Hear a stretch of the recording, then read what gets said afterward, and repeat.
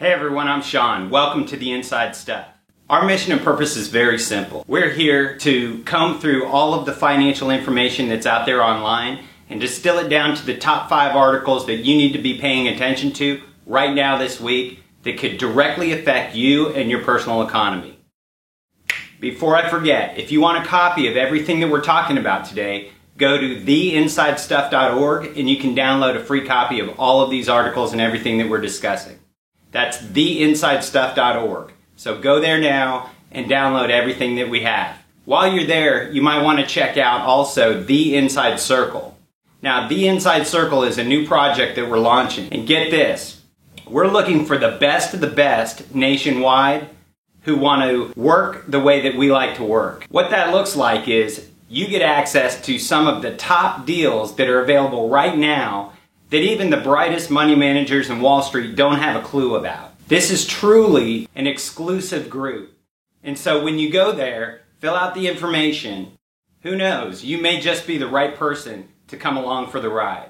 Okay, the first article we're going to go through is from the Mises Institute. Now, Mises was an Austrian economist. There's 2 different schools of thought. There's Austrian economics and there's Keynesian economics. John Maynard Keynes wrote his General Theory of Economics, and since 1944, we've been under that system of Keynesianism, which is based on the availability of credit. In other words, John Maynard Keynes thought that the best way, the most effective way to get out of a recession was to make money easily available to the masses through loans. The problem is that, and he addressed this in his General Theory of Economics, is that the check and balance for that system is interest rates. If you give away free money and people are spending that money, it increases the cost of those goods and services that they're spending the money on. But if interest rates rise and it makes it more difficult to borrow money, then that cools down the prices because people stop borrowing money to spend. Think about credit card debt, student loan debt, car loan debt, home loan debt, general consumer debt. If it's made available at 0% interest, you'd do it all day long. Free money is free money. Why wouldn't you take that? But Austrian economics teaches us something different. Their belief system is that all wealth is created through production, not through credit. You see, Keynesianism won in 1944, and we've been under that system since then, which is a horrible, horrible tragedy. It's a travesty, really, because Austrian economics is real, true economics. It's based on growth and production. What's interesting is Rand Paul is a huge Austrian economist. So I love this article. It says, Rand Paul echoes Mises on money. Senator Rand Paul published an op-ed piece in Business Insider this past Sunday attacking the easy money policy of Bernanke and Yellen and the Federal Reserve, continuing his call for a full audit of the central bank. I'm blown away that the central bank has never been audited before. How do we know what's on their balance sheet? And how do we know how much of that is off balance sheet or in the shadow banking system? He criticized Senator Ted Cruz's recent endorsement of the view of the Fed that the Fed was guilty of being too tight with their monetary policy during the financial crisis. In other words, Ted Cruz believed that the Fed should have printed even more money than $4 trillion to bail out the banks. Senator Paul demonstrates a sound Austrian understanding of how an expansion of money supply benefits those who first receive the new funds at the expense of you and I and everyone else. The reason for this is simple, he says. Big banks and corporations and government entities who receive the Fed's newly created money long before anyone else, they build up the prices of goods and services before the rest of us can even get a chance to purchase them. What happens is it just drives up the price of goods and services. Think about it this way. Again, I'll use the analogy of gold and silver. In 1950, it used to cost $2 silver to fill up your car with gas. $2 to fill up your entire car with gas. And they had huge tanks back then in the 50s in those giant cars, right? Well, today, the price of silver is hovering right around anywhere from 15 to 20 bucks, depending on the markup that you have to pay to get the coin, right? So if you put 2 coins together, two silver dollars together, that's roughly anywhere from $30 to $50. Well, how much does it cost to fill up your car with gas today? Right around 30 to 50 bucks, depending on the size of your car. So the price of oil and gas has never changed, but the problem we have is that they're printing fake money. They're printing paper dollars. And the more they print those paper dollars, the more paper dollars it takes to fill up the exact same size tank of gas. Make sense? So it's not the price of the gas that's going up, or the price of the eggs or the bread or the milk at the grocery store that's going up. It's just taking more paper dollars to pay for the same amount. On to the next one. This is an interesting blog article. It's from the Times of India. It's in the tech section of the Times of India. The title of the article says, "Tech Behind Bitcoin Can Help Check Counterfeiting." In other words, it's gotten so easy to counterfeit checks that Bitcoin may be the solution. Now, I don't know if you noticed, but there's been a huge spike in Bitcoin recently. Now, why is that? It's coming from India and China primarily. They're not putting their money into gold and silver. Why? Because the price of gold and silver has artificially been kept low by the central bankers of the world. You know, they're buying the physical gold and silver as quickly as they can, and then they're shorting the paper stock gold and silver to drive the spot price of gold and silver down so that they can buy more of it at a cheaper price. Those who hold the gold, the physical gold, will rule the world. They will be the wealthiest people in the world. The reason that people are flooding into Bitcoin is because they just don't know what else to do. I mean, think about the psychology of events here globally. You've got central bankers and central government control that is completely off the charts, out of control at this point. Nobody knows what's going on. Nobody knows how to plan their retirement or their life savings around all this chaos and confusion and all this manipulation. And so they're fleeing into something called Bitcoin because they don't know what else to do. It's that simple. It's kind of a scary situation. Okay, the next article is from Zero Hedge, and it's entitled, "The Oregon Standoff. Is this an isolated event or a sign of things to come?" Now, my good friend Kyle Bass talked about this a long time ago, back in 2010. And when he was asked what the end game looks like, one of the key points that he hit on was that he said we're going to see more and more social unrest, just like is happening over in Europe.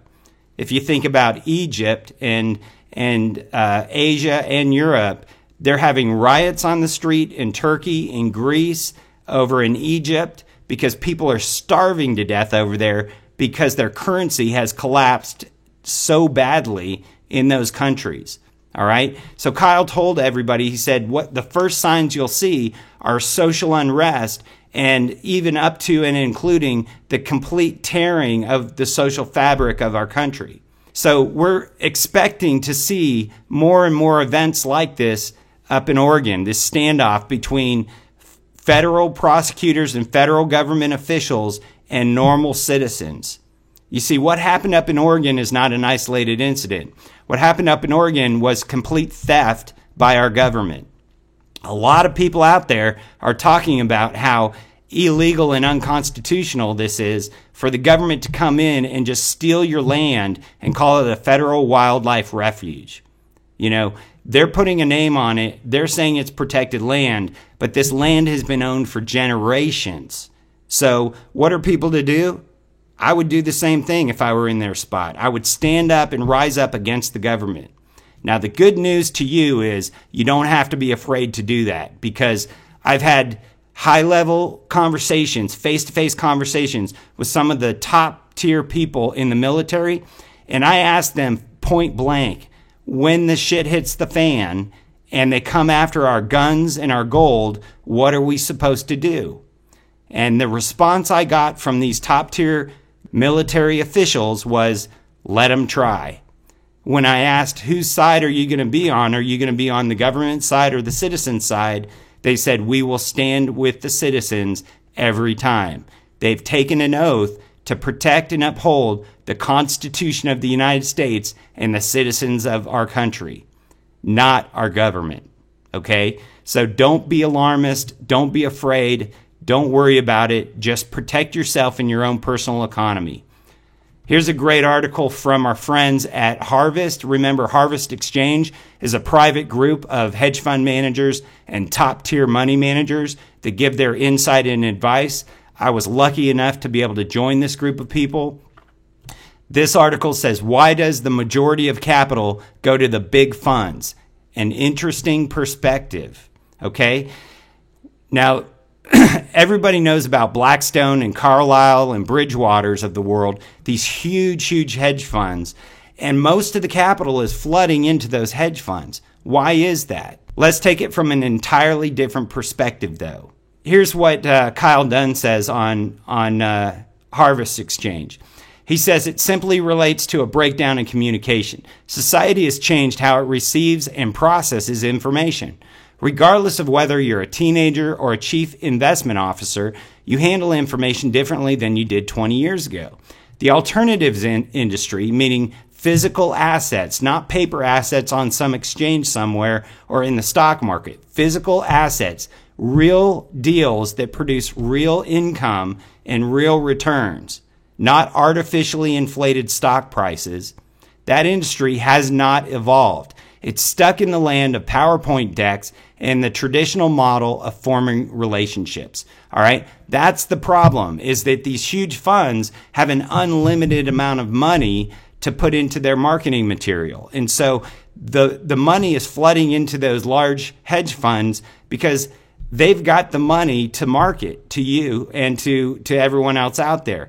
I'm here to tell you there's a better way of going about doing it where you don't have to have the $5 million minimum investment with the Blackstones and the Carlyles, and you don't have to pay the 2% management fee and the 20% profit that goes to those funds.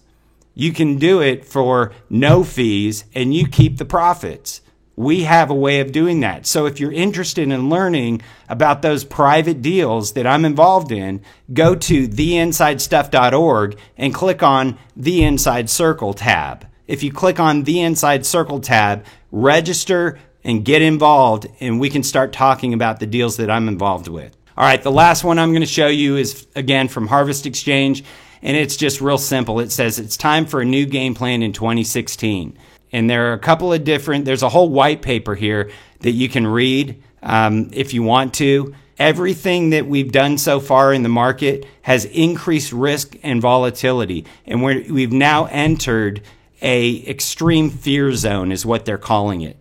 So investors in the market who have their wealth in 401ks, IRAs, and mutual funds are at an all-time high extreme fear zone. And they go on to say that over 42% of the global stock universe is headed in a downturn.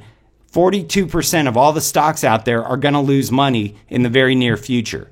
How much of your wealth is tied up in the stock market in 401ks, IRAs, and mutual funds? Did you know that you don't have to keep it in the market, that you can jailbreak those funds without penalty and without tax consequence and have checkbook access and control over that money so that you can invest in some of these deals that we're doing with the Inside Circle? All right. If you're interested in learning more about that, get involved. Go to theinsidestuff.org, click on the Inside Circle tab, and sign up right now to become a part of this new group. Now, this is going to be an exclusive group, and we're going to keep it small. All right, that's it for this week. I look forward to talking to you next week.